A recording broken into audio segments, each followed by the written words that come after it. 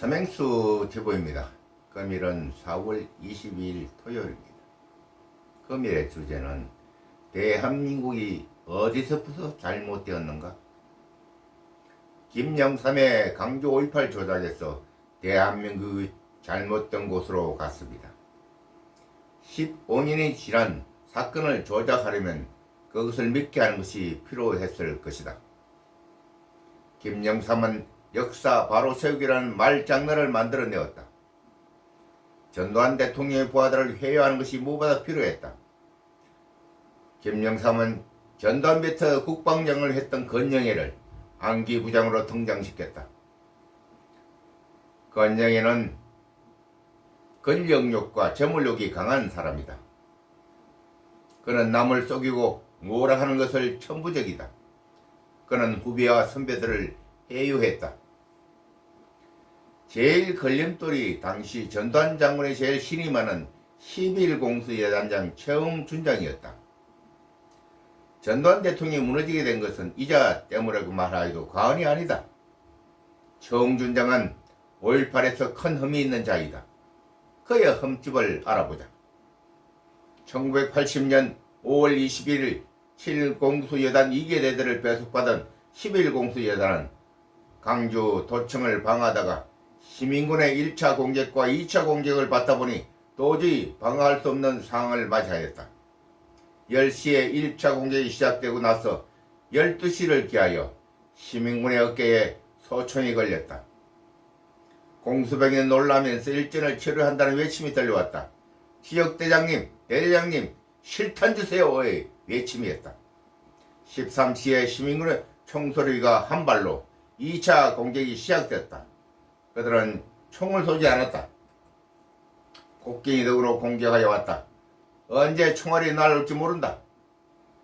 공수병당 경계병 실탄을 2 내지 3발 정도 나뉘어 지참하고 있으니 본인이 임의에 처하면 응사하지 않을 수 없다. 사실 지난 24시에 철수하기로 계획하였으나 경찰의 부탁으로 죽음을 무릅쓰고 지키고 있다.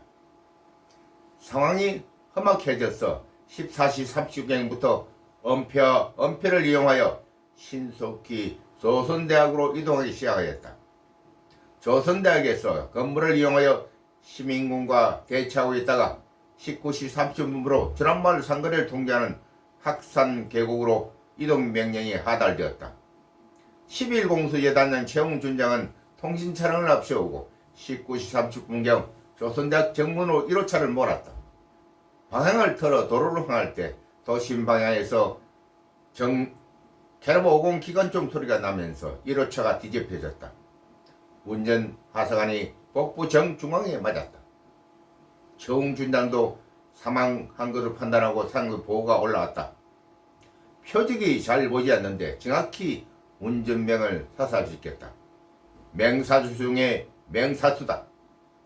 이와 같은 사실을 문병수 중사와 대화 중에 확인한 내용이다. 5월 22일 공안시 문병수 중사의 무전으로 최웅준장의 사망 소식을 접하게 되었다. 그들의 무전기에서 공수병을 계곡으로 몰아 사살하는 명령을 같이 청취하고 있었다.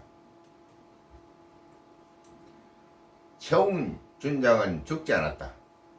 그는 제일 나중에 떨어져서 무등산을 넘고 있다가 2부 능선에서 김마사 외 1명의 병사와 만나게 된다.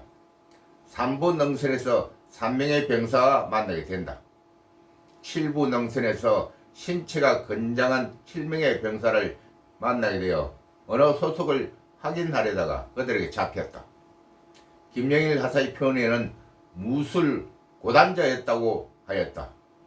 그들은 속옷만 걸치고 몽땅 털렸다. 이북 말씨의 젊은이가 이자 죽입시다 하여 죽었구나 생각했다. 그중 지휘관으로 보이는 자가 말하길 그럴 필요 없어. 이 자들을 죽이면 우리의 기도가 탄로라니 살려주면 이틀 있다 자신의 부대와 만날 것이야.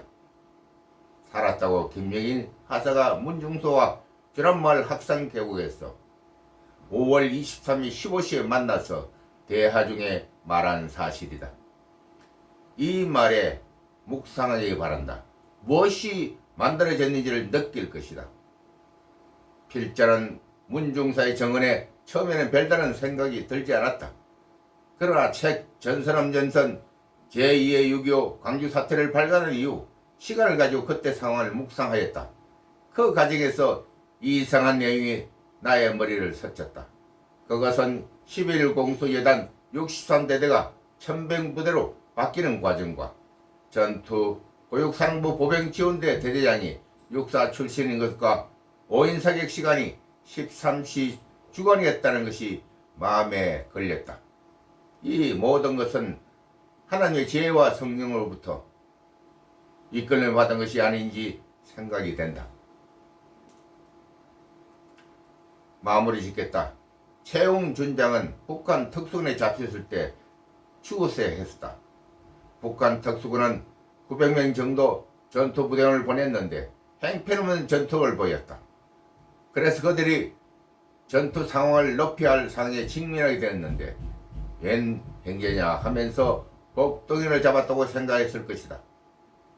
그들은 최웅 준장에게 제의한 것으로 판단된다.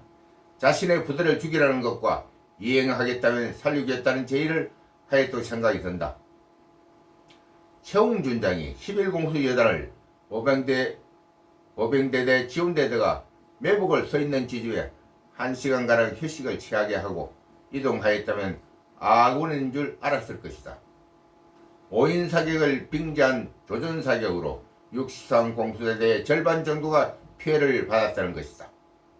5인 사격변이 인솔 장교가 매복 부대 대대장에게 찾아와서 전하는 말이 저들은 11공수 부대를 전원 죽이고 그들의 옷을 갈아입고 이동 중인 적이라고 말을 하였다 한다. 그것을 믿고 사격하였다면 그때의 지휘관은 멍텅구리 바보라고 생각이 들 것이다. 그동안 쏘가리 하면서 산 최웅 준장이 사망했던 소식이다. 그러나 그가 저지른 죄는 저승에서 갚을 것이다. 필자는 정보화 과정에서 성령의 보통이 있다고 고백한다.